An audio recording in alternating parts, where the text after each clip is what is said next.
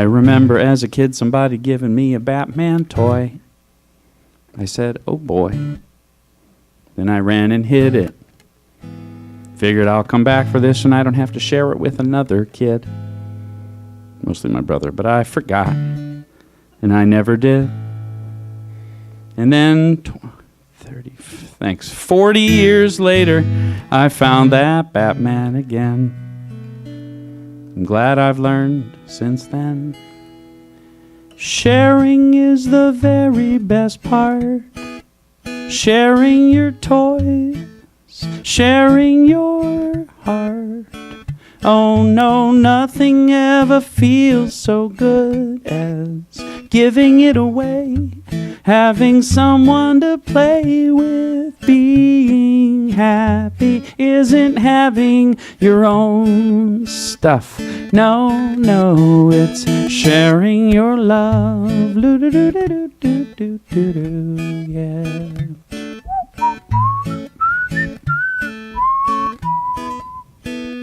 I remember how my neighbor never seemed to have enough to eat. Old tires on his car, old shoes on his feet. First I hesitated, wondered if I really had enough to spare. It's not that I didn't care, but I got my own worries, man, and life ain't fair. But one day I made some extra tuna mac and cheese and picked up a second set of Adidas, 'cause the truth was sharing is the very best part. Sharing your good, sharing your heart. Oh no, nothing ever feels so good as giving it away. Making somebody else's day. Oh, being happy isn't having more stuff. No, no, it's sharing your love.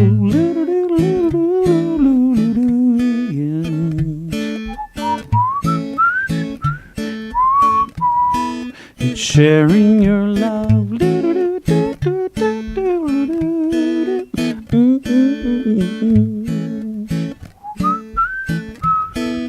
Sharing your love.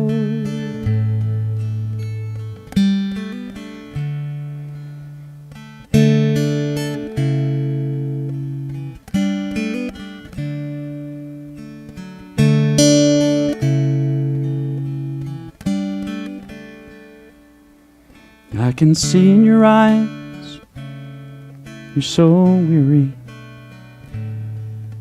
I can feel in your voice you're afraid. I can tell by a touch you've forgotten so much of the truth. I'll remember for you.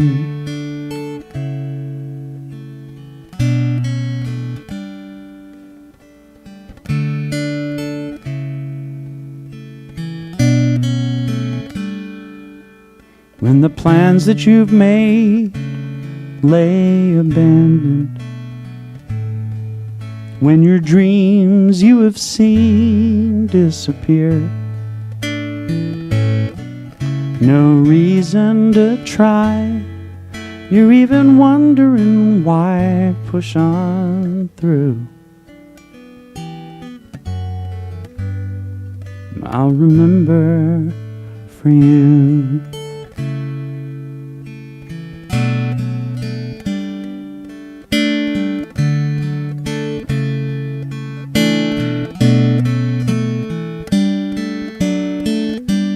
Don't you worry, even when you cry, 'cause every moment is in perfect time. Don't you worry, don't despair. You will find the answer to every prayer. So sail on your deepest ocean go searching your skies above. I'll be calling you here when it all disappears from view. I'll remember for you.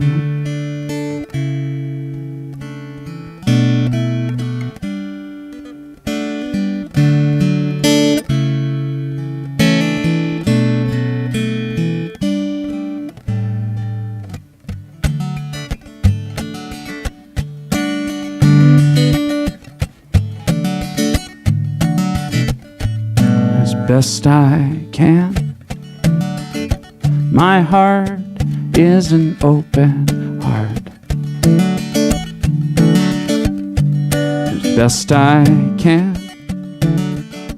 I let myself be human. I try to lighten up life's loads, whether a tear or laughter flows. As best I can, oh yeah, as best I can.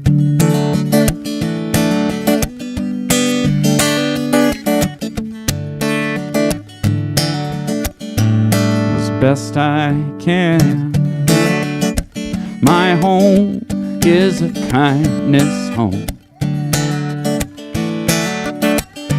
Like Abraham, where a stranger's always welcome.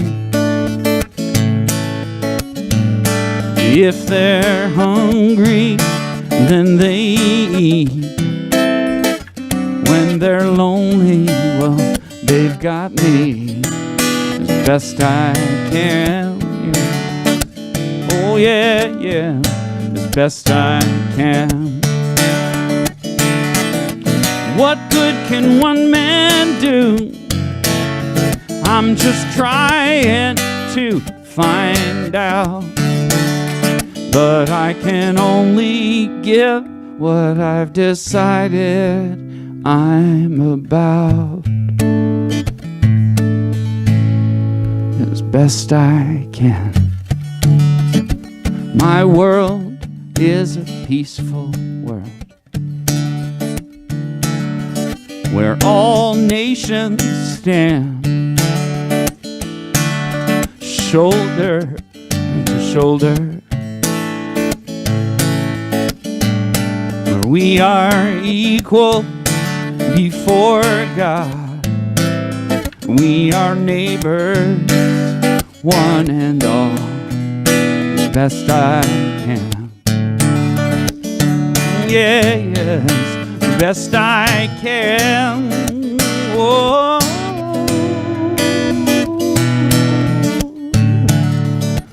I will do the best I can.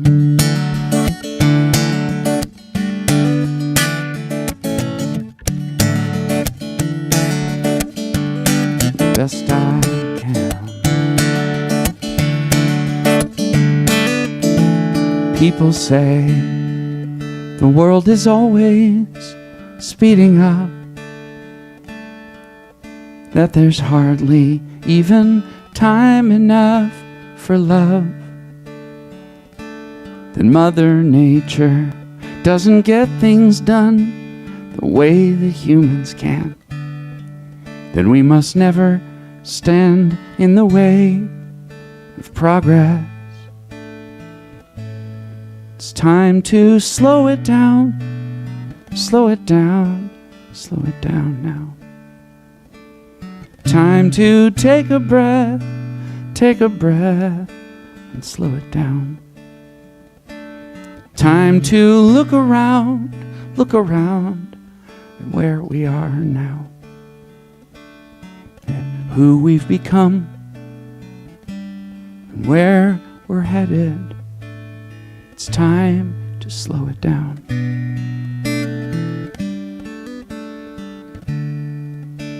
It's time to slow it down.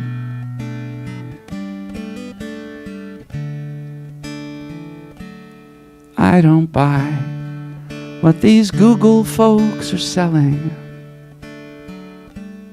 That we should all be shopping at the speed of light. It seems like all these glowing screens are always yelling to fill my head, but never give me peace of mind. It's time to slow it down, slow it down, slow it down now. It's time to take a breath, slow it down. Time to look around at where we are now and what we've become and where we're headed. It's time to slow it down.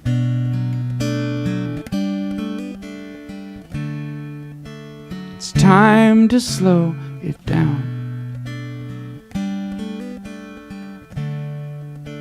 No.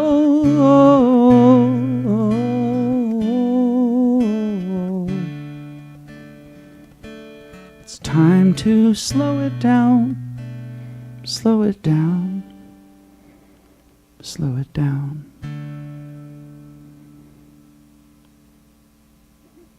I had a friend in college. Her name was Leilani. I think she's a doctor now.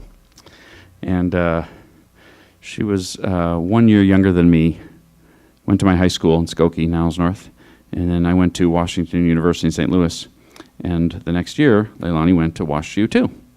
So she showed up on campus, and I was super excited that I had a friend from high school come with me to college. And I remember, I saw her a lot first month or two, and then I got busier, and I saw her less and less. And then there was a day when we had plans for lunch in the cafeteria on campus, the one where they served the unlimited M&M chocolate chip cookies and unlimited Fruit Loops and Frosted Flakes, which told me that Wash U loved and cared about me. And and I blew off the lunch. I don't actually remember if I forgot or if I was just doing. I can't imagine that I just wouldn't have shown up, but I remember I just missed it. And this is before cell phones. So I think I had an answer machine in the room, little cassettes. So when I got back to my room a couple hours later, it was a message from Leilani saying, "Where are you?" And she was very disappointed that I had missed this appointment for lunch. And I had actually kind of my first ever girlfriend, which may tell you more about me than you wanted to know. But I think she was kind of my first ever girlfriend, was Laurel in college. And I felt so guilty that I had missed this lunch. I said, "Laurel, let's go to the mall near campus there. And I want to get Leilani a gift. I don't know, stuffed animal. I want to get her something." And Laurel said just a simple little sentence, the kind of thing that you date somebody for, so that they'll say something just super clear, or marry that's the great thing about having just anybody smart around or whatever. She said, "Dan, don't buy her something, just be a better friend." Right? Those were the exact words. I could still hear it in my head, and I thought, all right, just be a better friend. So I did. I stopped. I started being a better friend because she told me that, and I did not buy her anything. I just started showing up more and being a better friend, and was so for the rest of college. So today, that's the first of, how many did I end up with? 1, 2, 3, 4, 5, 6, 7, 8, 9. 9 things I thought of, 9 ways I thought of to save yourself a lot of money in the holidays and to give a gift that actually is far more meaningful than almost, not every, but almost any object you could buy. Right? There are some objects that are spectacular to buy. But most things, I ran into, sorry, I want to get to these 9, but I'm about to digress anyway. My little boy, I took Jude yesterday to a birthday party of a friend of his, actually the little brother of a friend of his who turned 3. And so we ran to Target on the way to the party. And we're walking through the toy section. And man, oh man, you can buy, boxes with so many pieces of plastic, clearly designed by no one who's ever attempted to clean up a 5-year-old's room. It's not something I ever really would have thought of, but now I look at 185 pieces, and I'm thinking, oh, hell no. I don't care if they're nuggets of gold. I am not buying 185 pieces of plastic to put in my boy's room. He's got enough pieces of plastic that I step on it, when I go in to kiss him goodnight anyway, and my wife does too. So we don't want more pieces of plastic, And we settled on a toy that I handed it to his parents. His parents are really cool, and they're friends of ours, and he's a doctor, she's a physical therapist. They're smart people, and they have 2 kids, and the 2 kids are a handful and a half. And I handed the dad this gift, and I said, "Listen, if this feels more cerebral and less fun than a 3-year-old might want, that's on purpose.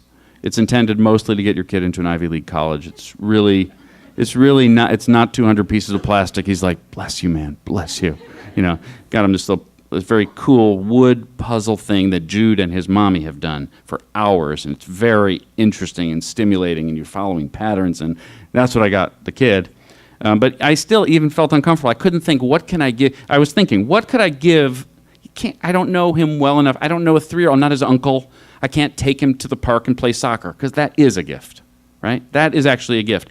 3-year-old may not see it that way, or may, but that's not what Target wants you to think, or Walmart or Amazon. They don't want you to think that's the gift. They want you to think an object is the gift. So here we go. 9 ways to give a gift in the next 6 weeks that cost you nothing and are worth much more than money. You ready? And you could think of your own, but these are the ones that came to my mind, and they're all based on little stories and experiences I've had. So we had Laurel saying, don't get a gift, be a better friend. Okay, that's one. The next one is tell some. This is in no particular order, okay? So this one is going to make somebody cringe. Oh, and by the way, I would encourage you, if a person pops into your head, I'm not a self-help guru and I'm not a minister, I'm just talking. But if somebody pops into your head about one of these 9 things, don't assume you're going to remember when you leave. Jot it down and try it. See what happens. I'd love to hear. If I'm here next year sometime, in the first few months of the year, tell me what happened, because I'm going to do some of these. I'm going to try some of these too. So number 2 would be tell someone the truth. I got told the truth recently by a friend named Gerald. I have been, I sing inspirational music. You've just heard several songs. I sing music, very often music with some kind of positive message. It's about healing or connection or interfaith message or love or whatever it is. It's very nice music. But I don't only write nice music. I write smart music and unpleasant and cranky music and emotionally unhealthy music and codependent music. I write pre-therapy music too.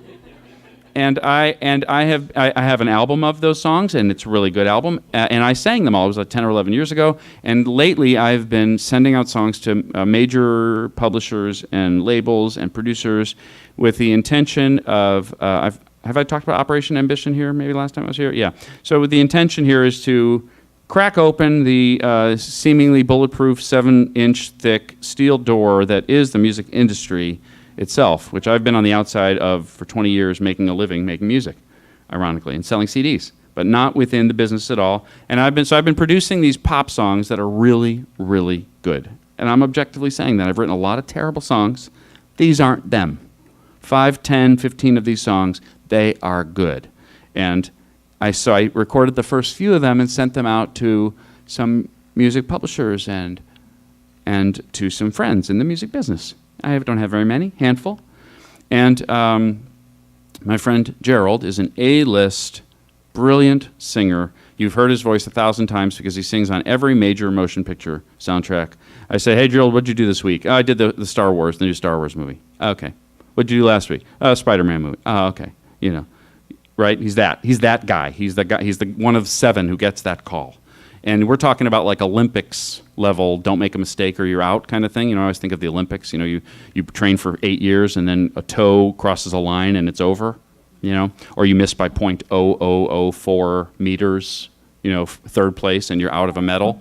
Well, Gerald's job is like that too. Gerald shows up at these at these singing sessions, and it is a studio that costs $10,000 a day, a producer that costs $5,000 a day, an engineer for recording costs $5,000 a day. Every singer in the room costs $500 maybe dollars a day, and there's back-end royalties. The clock is ticking. The movie, and the soundtrack is always the last thing that's recorded. So these guys are called in. He was called in 5 weeks before Star Wars came out. Something like really tight. They call in the best singers in Los Angeles.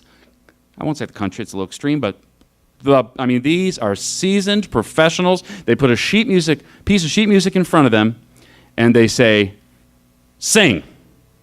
And they hit record on 14 $3,000 microphones, and the composer is there, and the conductor is this, sing.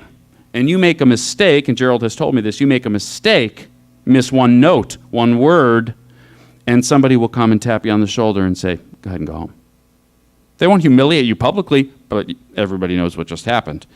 No mistakes. That's his job, right? So he listened to my first few pop songs that I released, that I didn't really send out last year. And he called me up and he said, Daniel, great song. Thanks. Incredible production. You are just better than ever. Thanks. Daniel, when you open your mouth, you're a 45-year-old man and there's nothing you can do about it. You should not be singing these songs. Somebody else should be singing these songs. They're songs for 20-year-olds. You need a 20-year-old to sing them. Nobody's buying them when you're singing them. How much was that worth? Right? Because every song I will ever produce from now on, because Gerald told me the truth, I can cast, like a movie casting director, I can cast a voice for each song now that's right for the song and know that that's better for the song, better for my career, gives the song a chance to be heard rather than it sound like a 45-year-old guy is trying to sound like a cranky pre-therapy 22-year-old, right? So, number 2 gift you can give somebody is tell the truth. Number 3, I sang 4 songs at the most pointless songwriter night I ever sang at in my life, and I've sung at a fair number. It was very nice, but absolutely nobody there. Genghis Khan, have you ever been there? It's in Fairfax in West Hollywood, where I lived for 7 years. So this was only 2 years ago. Drove up an hour and a half to West Hollywood to sing at a songwriter night. There were 6 performers and 3 people in the audience. Okay, so I go up and I sing my songs, get off the stage. I'm like, okay, now time for an hour and a half drive home.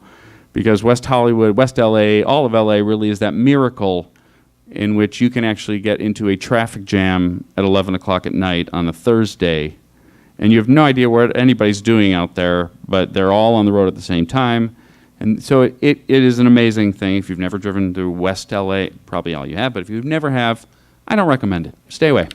Anyway, so I parked across the street in West Hollywood, complicated to park, get my guitar, cross the street, get in my car, start driving, and I see somebody running, right?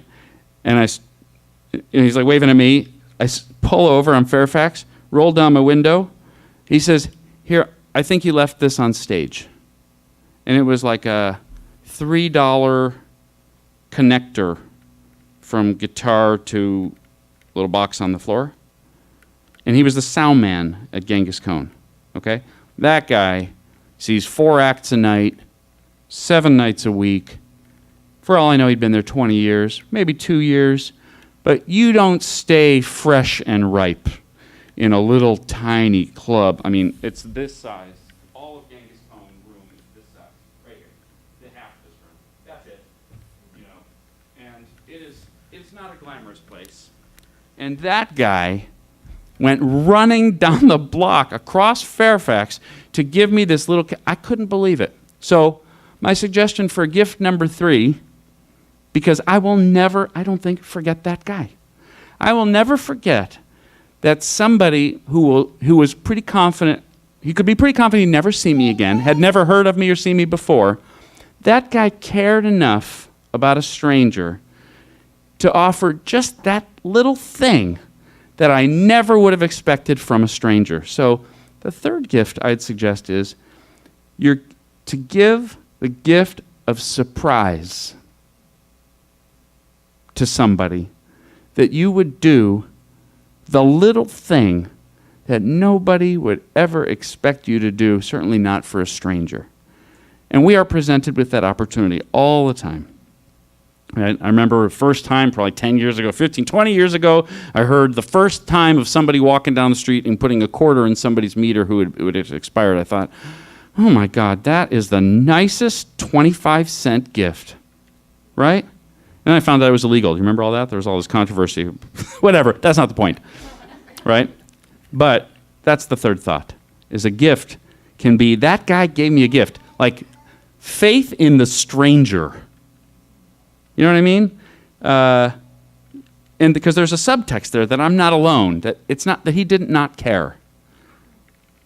I didn't give him any money. Nobody was in the room. He probably got paid $14 for the night, and he still cared about a guy enough to, and it would have been inconvenient to replace that little object. It was $3. And he knew that because he's a sound man. He knew it was a cheap thing, but he cared. Anyway, that's the third thing. Fourth thing, is this interesting? I'm just trying, like I said, you know, you approach the holidays like it's a tsunami. I mean, right, it feels like there's a wave coming. And my boy, he's 5 and he can already tell, like, Daddy, why are there Christmas trees in Costco? Right, we go to Costco. I love Costco, but I mean, they had Christmas trees up weeks ago. The guy there, we had to ask because Jude was like, why are there Christmas trees? Is it Christmas time yet? I'm like, no, not even close, kid. Not even close. You know, but people get very crazy about Christmas, you know. Okay, so actually, I'll give you the Jude example too. I don't think this had happened the last time I was here, so I don't think I could have told you guys this one. There's a little boy in Jude's class who's fresh off the boat from Vietnam with his family. Probably not a boat, airplane, right? Family new from Vietnam, and little Ethan is 5 and doesn't speak English. So he is, and neither does his mom, right? So his mom comes, you can tell she's very nice. This little boy is a mystery because he is not doing so well on the behavioral front. Not surprising at all from a kid in a new country, all new faces, in a language he doesn't speak, right? So the kids kind of rallied around him, more or less. The teachers have had to handle some situations with this little boy. And but just about 3 weeks into school, and it's only a couple months ago now at this point, maybe a little bit more, but not much more, they're sitting and the teacher's reading a book to them, and my little boy raises his hand. And the reason I know this is because the teacher called that day. Jude raised his hand, and Miss Montgomery's teacher said, yes, Jude? And Jude said, I think Ethan is doing such a good job sitting and listening that he should get an extra point today. Right? So, yeah, and I cried when I got that phone call, needless to say. So proud. So, the fourth thing would be toss a compliment that costs you nothing in the direction of someone who could really use it. Right? And, you know, Nemo, you guys, many of you know Nemo. You know, Nemo will always say that you do, you know, he does his humanitarian work, and it serves him first and foremost. You know, it makes him feel purposeful and happy and, right, of service and all these things. And that's certainly true about tossing a compliment in somebody's direction. But, there's no way of knowing if Ethan understood the words, but he certainly understood a smile from the teacher, a good job, and she did, in fact, give out little caught in the act. That's what they call him in his class. Caught in the act of doing something nice. Caught in the act. And they actually assign 2 kids a week. They give them a stack of caught in the act little pieces of paper, and the kids, they call them scouts. 2 kids a week are scouts and get to walk around and distribute a caught in the act. I said, Jude, he said, I was a scout this week. How do you do? Oh, he gave another one to Ethan. I said, what'd you give it to Ethan for? He said, we were playing soccer, and he didn't pick up the ball with his hands over and over again. And I'm like, well, that's really cool. That's great. And he said, as soon as I gave him the caught in the act, he picked up the ball with his hands. He said, I wanted to take it back, but I couldn't figure out how without hurting his feelings. I said, perfect. It wasn't your job to take it back. That's great. Right? So that's it. That's it.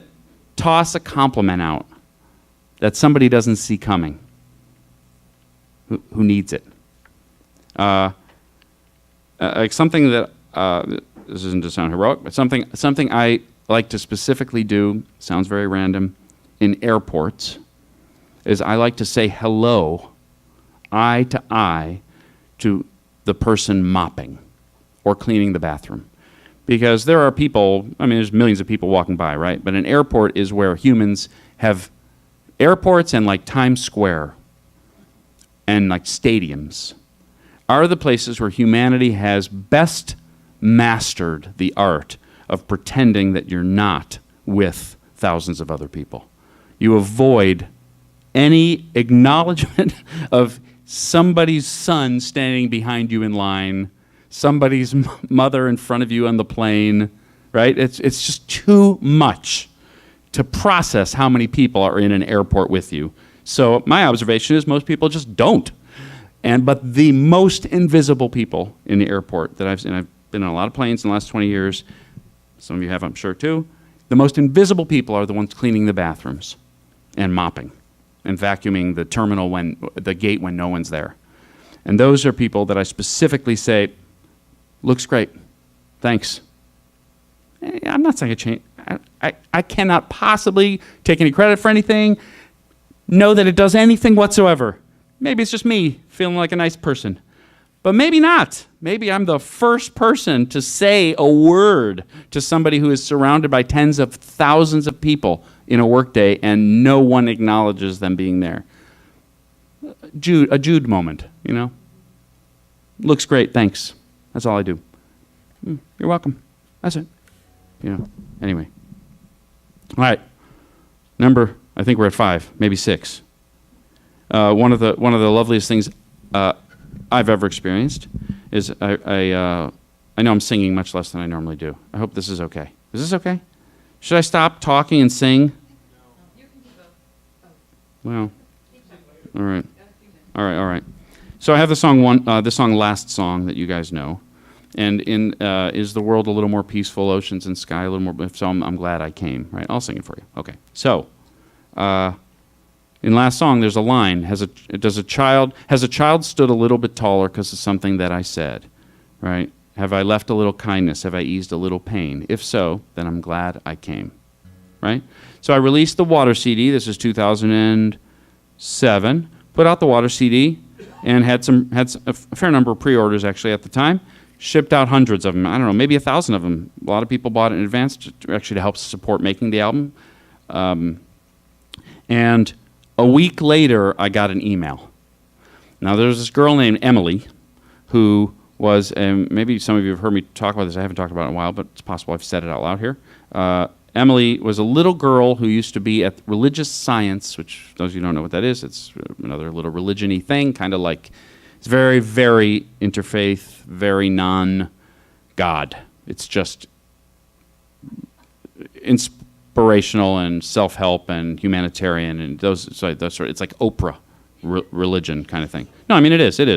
So there was. I used to sing for these religious. Right. I mean it is. It's a very, very non-preachy, non-theological about any specific religion. It's just welcoming and nice. And I used to sing for Religious Science Church. I still do some, but I used to sing for kind of all of them. And I used to sing at this national conference, Religious Science conference that they had at Asilomar State Park in California. I sang there 5 or 6 straight years, and they had 2 weeks sold out, 900 people, and then another 900 people. And man, did I make a lot of money there, sold a lot of CDs, and it was where I debuted One Power in front of that crowd, and it was a gig I looked forward to every year, and I would have people help me sell CDs at my little CD table, which wasn't so little, but was always very crowded.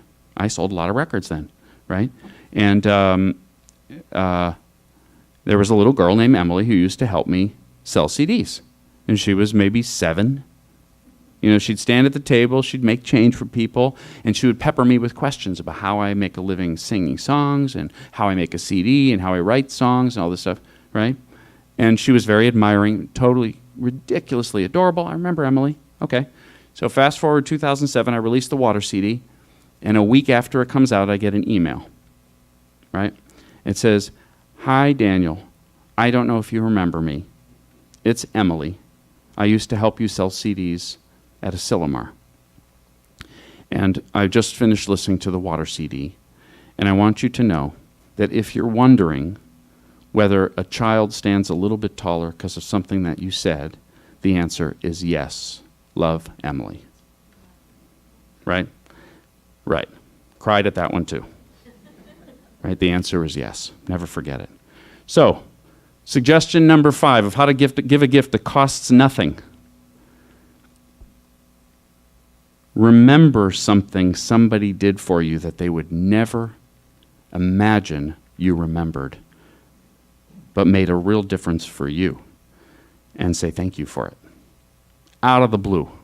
Thank somebody for something they did that they might not themselves even remember, but certainly would never dream that you remember. Gave you an extra $5 when you need it. Gave you a ride when your car died, called to check on you when nobody else did, right? Bought the first copy of your book, or, right, was the first person to, you follow what I'm saying? Right, that's it, that's it. Thank somebody for something that they would never think you remember, because I know how it felt for me. I hadn't thought about Emily in 7 years, and that email I'll never forget. That I made a difference then, who would have thought, right? Anyway. Okay. Okay, only 1 or 2 more then. Another one is, there's a woman named Sia. You guys know Sia? Anybody here? Sia sings her head off. She is a flat-out brilliant singer-songwriter, okay? And she is very open about the fact that she had alcohol and drug problems. She was a rising star as a singer-songwriter, performer, and she will say out loud she couldn't handle it. And went into rehab, cleaned her body and her system out, and stepped back in as a songwriter, which is a much more anonymous job. And when she started singing her songs again, she put on the wackiest wig you've ever seen in your life, and it conceals her face. Okay? So it's black and it's white, like bangs that go down to her, almost her chin. Sometimes you can see her mouth, and it looks like she's nuts. She may be nuts. But her reason for wearing the wig is so that she can maintain a personal life and walk down the street anonymously, even if her career were to blow up big, which it has. Now, Sia specifically I'm talking about right now, because one of the things that Sia does is sing like her life depends on it. Big, intense, loud, searing, spectacular notes. Her song after song after song gives you a moment where you feel so intensely that she is feeling so intensely. It is stunningly liberating, and the reason I know it's liberating is because my wife talks about it. I've talked about Melina here, that she's that person who somebody made fun of her singing when she was a little girl and stopped singing in public. And when I met her, she would not sing one note in front of another human being, including me. she agreed for me to let me buy her one voice lesson. When she went into the voice lesson, she sang one note and started crying and couldn't finish the lesson. And she went into one more lesson. Same thing, talked to the teacher for the whole half hour.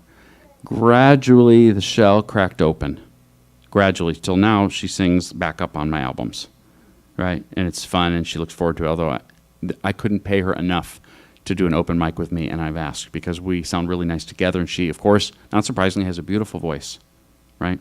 So, but it's a secret, and nobody ever hears her sing, except on the little records, mostly the Metal Time things. So, here's what the gift that Sia gives is a gift that any of us can give. Sia opens up and lets it out. And Melina is inspired to do the same. It's liberating for my wife to watch a woman be that liberated, if that makes sense. So a gift that any of us can give at any point is to simply be open.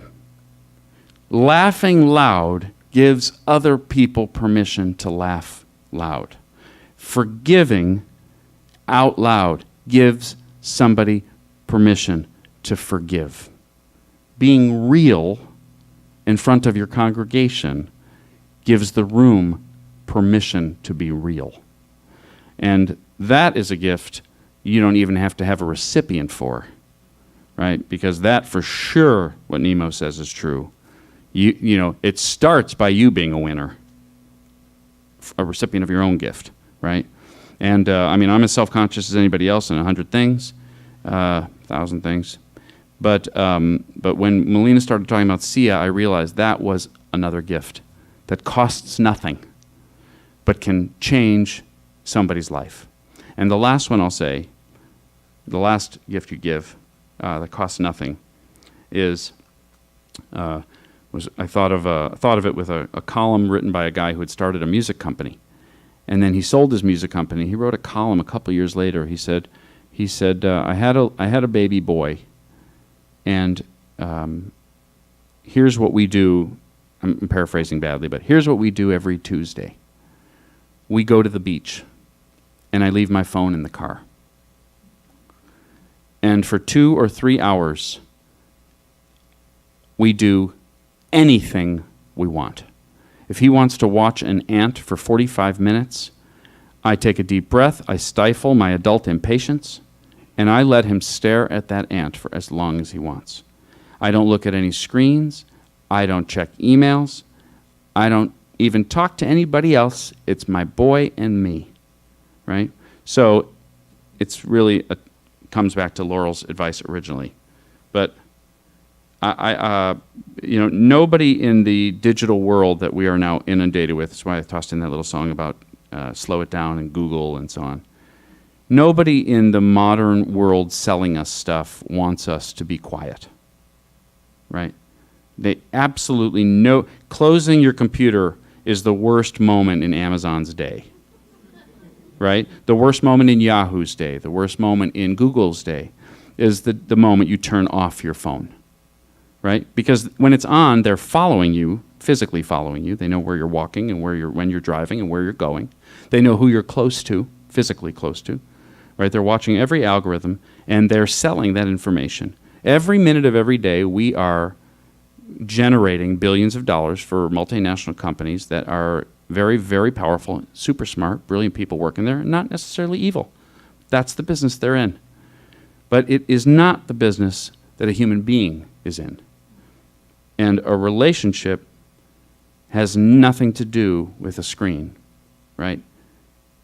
So the last thing I'll say is what Derek Seaver said in that column, which is, and what Laurel said, and I'm telling myself too, by the way, I'm a hypocrite on all these, okay, is don't buy a present. Be a better friend. Turn off the phone, close the computer, turn off the radio. Instead of judging or interrupting or giving advice, just listen. There's simple things that many of us are out of practice on, definitely myself included, because of the inundation of information. and stimulus and shopping opportunities. And it's about to get a whole lot worse for the next 6 or 7 weeks. So that's what I came to say today. I don't know why I came to say it, but it came to mind on the verge of the tsunami of marketing, that there are more precious gifts than anything we could buy that we can give to the people we know and love and people we don't know.